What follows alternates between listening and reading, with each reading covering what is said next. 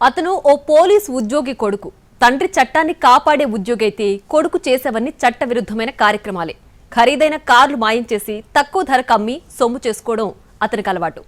నకిలీ brake inspector అవతారమెత్తి అక్రమ వసూళ్లకు పాల్పడడం ఇదే అతని నైజం.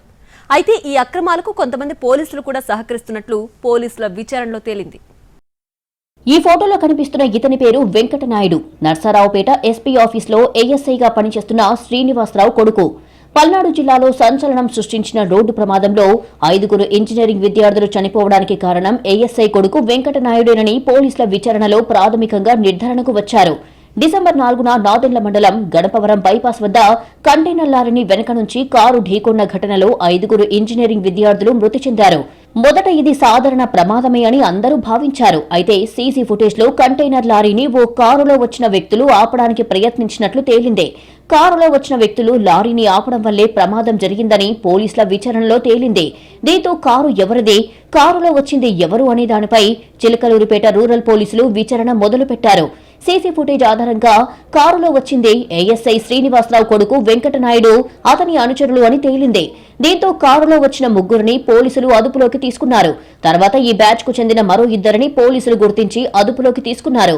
పోలీసుల విచారణలో మైండ్ బ్లాక్ అయ్యే నిజాలు బయటపడ్డాయి. వెంకటనాయుడు చేస్తున్న దందాలు ఒక్కొక్కటిగా బయటకొచ్చాయి. 2 ఏళ్ల క్రితం నర్సారావుపేటలో తక్కువ ధరకు బంగారం ఇస్తారని చెప్పి 40 లక్షల రూపాయలు మోసం చేసిన కేసులో వెంకటనాయుడు ఉన్నట్లు ప్రచారం జరిగింది. పోలీసుల విచారణలో ఖరీదైన కార్లు దొంగతనం చేసే తక్కువ ధరకు అమ్ముతున్నట్లు కూడా తేలిందని చెబుతున్నారు. ఇలా దొంగతనం చేసిన కార్లలో కొన్నిటిని ఉమ్మడి గుంటూరు జిల్లాలోని కొందరు పోలీసు అధికారులకు కూడా అమ్మినట్లు ప్రచారం జరుగుతోంది. రోడ్డు ప్రమాదం ఘటన తర్వాత ఈ కార్లు మాయమయ్యాయని తెలుస్తోంది. వెంకటనాయుడుకు కొంతమంది పోలీసులతో సన్నిహిత సంబంధాలు ఉన్నట్లు కూడా పోలీసుల విచారణలో తేలింది. తన దందాకు పోలీసులను ఉపయోగించుకున్నట్లు సమాచారం. పోలీసుల విచారణలో చిలకలూరిపేట ఎస్ఐ రహంతుల్లా వెంకటనాయుడుతో పాటు అతని గ్యాంగ్లోని మరో 2 యువకులతో మాట్లాడినట్లు తేలింది. రోడ్డు ప్రమాదం జరిగిన వెంటనే ఎస్ఐ రహంతుల్లా తన పరిధి కాకపోయినప్పటికీ సంఘటనా స్థలానికి వచ్చినట్లు పోలీసులు గుర్తించారు. వెంకటనాయుడు గ్యాంగ్లోని యువకుడి పుట్టినరోజు సందర్భంగా ఎడ్లపాడు మండలం బోయపాలెంలో తోటలో పార్టీ చేసుకుని తర్వాత 2 గ్యాంగులుగా విడిపోయినట్లు పోలీసులు గుర్తించారు. ఈ నేపథ్యంలోనే వెంకటనాయుడు గణపవరం బైపాస్ వద్దకు వచ్చి లారీ ఆపి డబ్బులు వసూలు చేసేందుకు చేసిన ప్రయత్నంలో రోడ్డు ప్రమాదం జరిగిందని ప్రాథమికంగా నిర్ధారణకు వచ్చారు.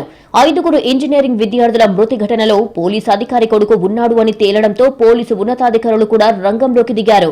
గుంటూరు రేంజ్ ఐజీ త్రిపాఠి, పల్నాడు, బాపట్ల జిల్లాల ఎస్పీలు కృష్ణారావు, ఉమామహేశ్వర్లు చిలకలూరిపేటకు వచ్చి స్వయంగా విచారించారు. విచారణ తర్వాత ఏఎస్ఐ శ్రీనివాసరావును వెల్దుర్తికి బదిలీ చేస్తూ ఉత్తర్వులు జారీ చేశారు.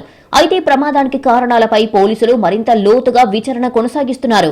ఇదే సమయంలో అసలు నిందితులను పోలీసులు బయటపెడతారా లేదా అన్నది అనుమానాలు కూడా తలెత్తుతున్నాయి. రోడ్డు ప్రమాదంలో 5గురు ఇంజనీరింగ్ విద్యార్థులు చనిపోయి 6 రోజులు దాటినా ఇంకా పోలీసులు విచారణ చేస్తున్నామంటున్నారు. పోలీసు ఉన్నతాధికారులు రంగంలోకి దిగినా అసలు ప్రమాదానికి కారణం ఎవరు, వెంకటనాయుడు పాత్రపై ఇప్పటికీ నోరు మెదపడం లేదు. మరోవైపు వెంకటనాయుడు తండ్రి ఏఎస్ఐ శ్రీనివాసరావును బదిలీ చేసినా కేసు వ్యవహారంలో ఏమీ తేల్చకపోవడం విమర్శలకు తావిస్తోంది.